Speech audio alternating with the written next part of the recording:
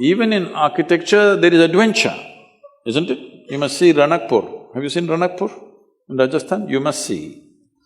Ranakpur also has Kumbhalgarh within 20 kilometers. It's the second largest wall on the planet. Most Indians know because we keep all the things that we should be proud of a secret. The second largest wall on the planet, which if you look at it aerially, you would mistake this to be Great Wall of China. It's that big.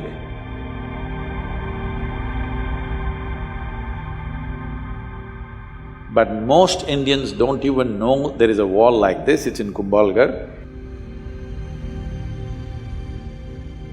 Close to that is Ranakpur. This architect is a madman, but he's a very super sane madman because he knows what he's doing.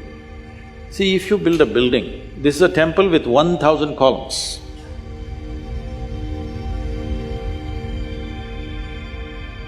If you're thinking about safety, what would you do? Just in case over a period of time, if one column collapses, because those days the material is only stone, there is no steel and concrete and stuff.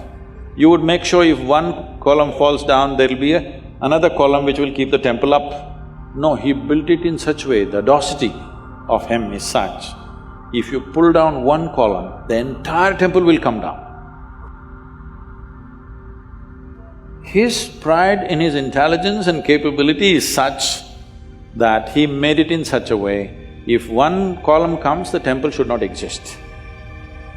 And it's standing for over 500, 600 years without an issue. You will see something like that in the yoga center. We built an elliptical dome, no steel, no concrete. And at the top, it's only 8 inches thick. And just to freak people, I left a 9 feet diameter hole. People said, this will going to collapse. It will not collapse.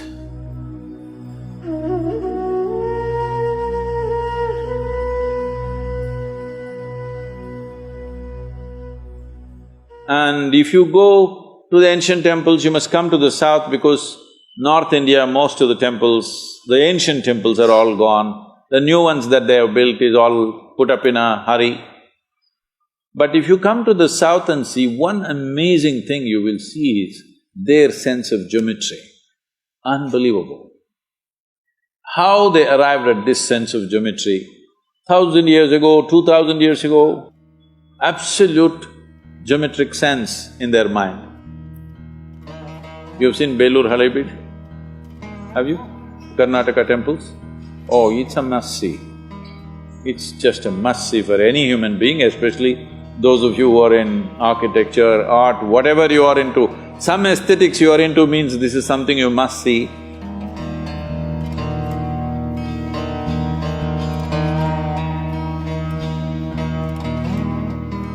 It's more than seeing those sculptures. You must look into the minds of people who did this. If you want to look into their minds, you must withdraw yourself into that time zone. It's over 1,000 years ago, when there were no cranes, when there were no machines, when there were no trucks, when there were no any kind of mechanical things, all by hand.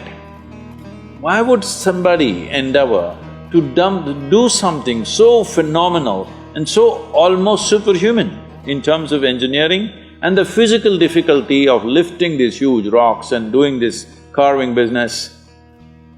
Why would anybody do that? What kind of passion should be firing those people to do this is unbelievable. If you see the Tanjavur temple, have you seen? This Gopuram weighs, I think, what, 180 tons, huh? 180, is it? Does anybody know? I think somewhere in that range, over 120 tons for sure. And it is at a height of 160 feet. They put a ramp of 10 miles, a mud ramp, and they brought this single piece of stone, 160 feet high above, and made a gopuram out of it. Exquisitely carved.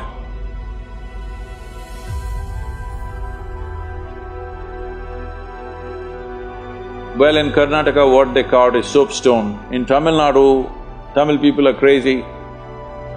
They carved granite into very fine structures, which is far more difficult than carving soapstone. And they put it up there. What is it that's firing these human beings?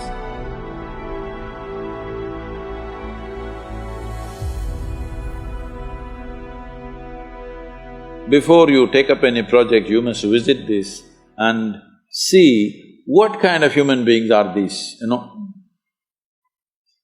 Just for aesthetics, understand? Not for livelihood. It's not a factory shed we're building, just for aesthetics.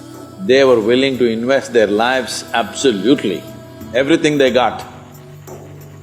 I think we need that culture back if we want to create a beautiful India, very important.